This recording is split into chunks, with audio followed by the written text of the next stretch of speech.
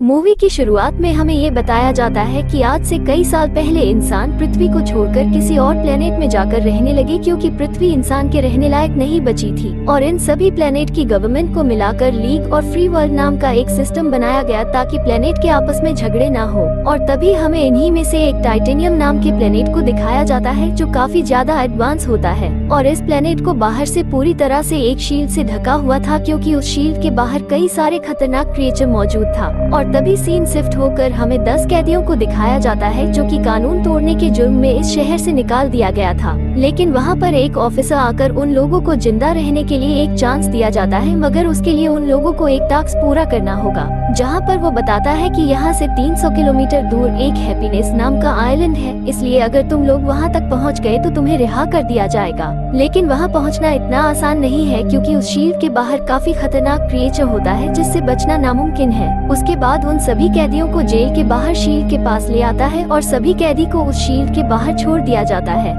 यहाँ पर उन्हीं कैदियों में से एक एरविन नाम के कैदी भी होता है जो प्रेसिडेंट का एडवाइजर होता है, लेकिन एरविन को उसके गलत कामों के बारे में मालूम पड़ गया था, इसलिए उसे भी जेल में डाल दिया था, जिस वजह से यहाँ पर एरविन को उन सारे क्रिएचर के बारे में पता होता है। अब यहाँ पर वो ऑफिसर उन लोगों को एक टिन का बॉक्स देते हैं जिसके अंदर उन लोगों के लिए खाना और कुछ हथियार होते हैं, लेकिन वहीं पर मैथीज नाम का एक कैदी सभी के लीडर बताकर उन सभी को कंट्रोल करने की कोशिश करता है, मगर एरविन उसकी बात नहीं मानता, जिसे सुनकर एना नाम की लड़की भी एरविन के साथ हो जाती है। उसके बाद वो उस बॉक्स को खोल लेता है जिसमें से एरविन एक चाकू उठा लेता है तो बाकी लोग खाने पर झपट पड़ते हैं, मगर तभी मैथीज सभी को हटाकर वो बॉक्स अपने पास रख लेता है, जिसे देखते ही एरविन उसके एक साथी के गले पर चाकू रखकर मैथीज से सारा खाना मांगता है और ना चाहते हुए भी मैथीज को उसकी बात मानना ही पड़ता है। उसके बाद एरविन उन बॉक्स में से कुछ खाना मैथीज को देता है और एना को खुद से एक रस्सी से बांधकर वहाँ से निकल जाते हैं और मैथीज भी बाकी लोगों के साथ वहाँ से निकल जाता है। लेकिन थोड़ी दूर जाने के बाद मैथीज के ग्रुप से लैला नाम की एक लड़की एरविन के पास आकर कहती है कि मुझे भी अपनी टीम में शामिल कर लो, जिस पर एरविन उसे मना करते हुए कहता है कि मेरे पास पहले से एक मेंबर है, मैं तुम्हें नहीं रख सकता हूँ। लेकिन तभी वहाँ पर गोलियां चलने लगती है, इसलिए वो दोनों छिप जाते हैं और कुछ देर के बाद वो दोनों फिर से अपना सफर शुरू करते हैं। और कुछ दूर जाने के बाद एना अपने शरीर को पानी से साफ कर रही होती है, लेकिन तभी उसके पीछे एक रस्सी जैसा क्रिएचर आ जाता है, जिसे देखते ही एरविन उसे पकड़ लेता है और एना भी जल्दी से चाकू निकालकर उस क्रिएचर को मार देती है। उसके बाद एरविन उस क्रिएचर को हथियार के तौर पर अपने पास रख लेता है। अब वही मैथीज भी अपने साथियों के साथ वहाँ पर आ जाता है और वो एरविन से उसका बॉक्स वापस मांगता है, लेकिन एरविन उसको बॉक्स नहीं देता, इसलिए वो लोग उस बॉक्स को छीनने की कोशिश करता है, जिसे देखते ही एरविन उसी क्रिएचर से बनाई हुई हथियार से लड़ने लगता है, जिससे सभी डर कर पीछे हो जाता है। उसके बाद एरविन और एना फिर से आगे की तरफ निकल जाता है, लेकिन मैथीज अभी भी उनका पीछा कर रहा होता है, पर एरविन उन पर ज्यादा ध्यान नहीं देता है और आगे बढ़ता रहता है। लेकिन कुछ ही दूर जाते ही एरविन को फिर से क्रिएचर के होने का एहसास होता है, इसीलिए वो और एना जमीन पर लेट जाते हैं, मगर तभी वहाँ पर एक बड़ा सा क्रिएचर बाहर निकलता है, जिसे देखकर सभी लोग डर कर इधर उधर भागने लगता है। लेकिन मैथीज उन सबको बिना हिले जमीन पर लेट जाने को कहता है, क्योंकि वो क्रिएचर आवाज और किसी भी तरह की हरकत से इंसान का पता लगाता था। लेकिन तभी वहाँ पर एक लड़का उस क्रिएचर को देखकर काफी डर जाता है और वहाँ से भागने लगता है और अब उसकी इस हरकत के वजह से क्रिएचर उसे पकड़ लेता है और उसे मारकर अपने साथ जमीन के अंदर ले जाते हैं। उसके बाद एरविन और एना जल्दी से उठकर वहाँ से आगे बढ़ जाते हैं, पर तभी उनके पीछे काफी सारे क्रिएचर आ जाती है, जिसे देखते ही वो दोनों अपने जान बचाने के लिए जल्दी से उस बॉक्स के अंदर छिप जाते हैं, लेकिन वो क्रिएचर उस बॉक्स के ऊपर से गुजर जाती है और जब वो क्रिएचर वहाँ से जाने के बाद दोनों उस बॉक्स से बाहर निकल जाता है। लेकिन यहाँ पर बॉक्स की हालत एकदम खराब हो गई थी, इसलिए वो उस बॉक्स को वहीं पर छोड़कर आगे बढ़ने लगता है। वहीं दूसरी तरफ मैथीज भी अपने सभी साथियों को कुछ देर आराम करने को कहता है, जिस पर लैला कहती है कि अगर हमने आराम किया तो एरविन आगे निकल जाएगा, मगर मैथीज उसकी एक भी बात नहीं सुनता, इसलिए लैला अपनी रस्सी को काटकर वहाँ से एरविन के पास भागने लगती है,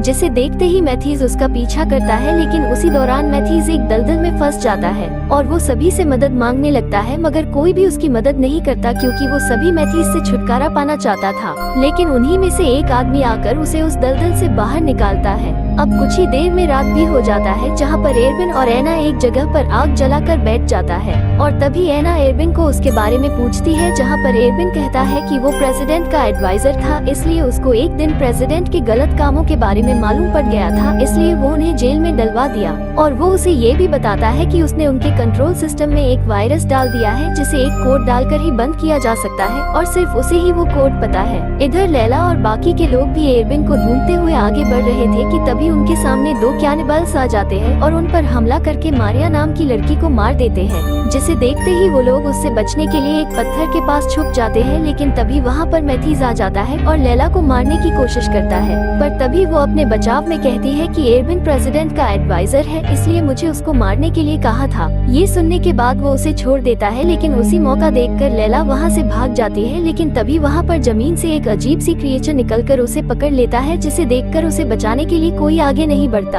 अब यहाँ पर लैला मर चुका था, इसलिए ऑफिसर मैथ्यू को एरबिन को मारने के लिए भेजता है। इधर एरबिन और एना के पास जैन आकर उनसे मदद मांगता है, जिसे देखकर एरबिन एना को उससे दूर रहने के लिए कहता है, क्योंकि एरबिन को उस पर भरोसा नहीं था। लेकिन एना उनकी बात नहीं मानता और जैन के पास जाने लगती है। लेकिन तभी वहाँ पर मैथीज आकर एरबिन को एक रॉड से हमला कर देता है, जिससे वो वही बेहोश हो जाता है। उसके बाद मैथीज उसे बांध देता है और वहाँ से उठाकर एक बिल्डिंग के पास ले जाता है। लेकिन तभी वहाँ पर मैथ्यू भी उसी बिल्डिंग में आ जाते हैं, जिसे देखकर मैथीज एरबिन को वहाँ छोड़कर मैथ्यू के पास जाता है और फिर उसको एरबिन के पास लेकर आता है। लेकिन वहाँ पर एरबिन नहीं होता है, जिसे देख मैथ्यू काफी गुस्सा हो जाता है, इसलिए वो मैथीज को ही शूट कर देता है। उसके बाद वो खुद एरबिन को खोजने लगता है, लेकिन तभी उसे वहाँ पर एना मिल जाते हैं, इसलिए वो एना को पकड़कर अपने पास ले जाता है और वो जोर जोर से चिल्लाते हुए एरबिन को बाहर निकलने को कहता है, जिस वजह से एरबिन को मजबूरन बाहर निकलना पड़ता है। लेकिन तभी वहाँ पर जॉब नाम का एक कैदी आकर मैथ्यू की ओर गन तानकर एना को छोड़ने के लिए कहता है,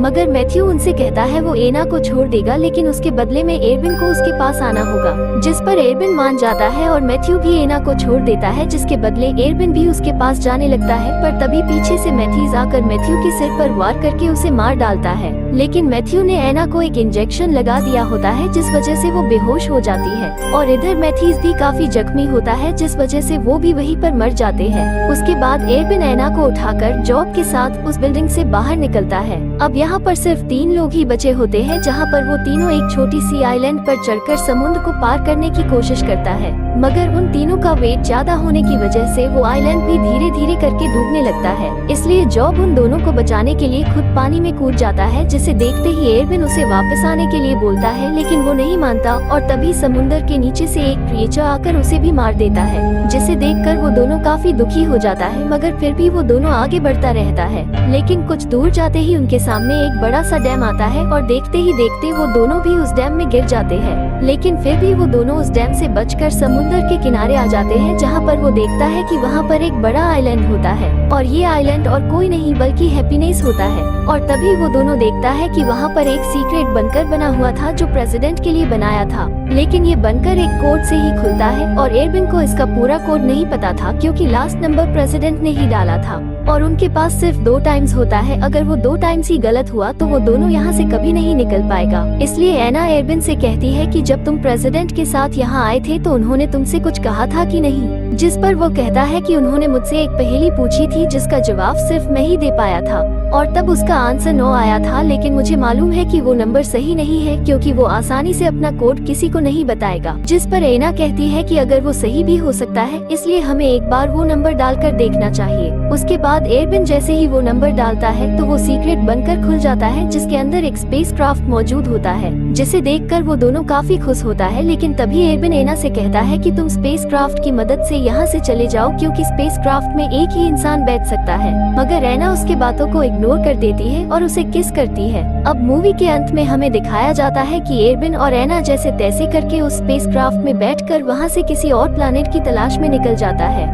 और इसी के साथ ये मूवी भी यहीं पर एंड हो जाती है।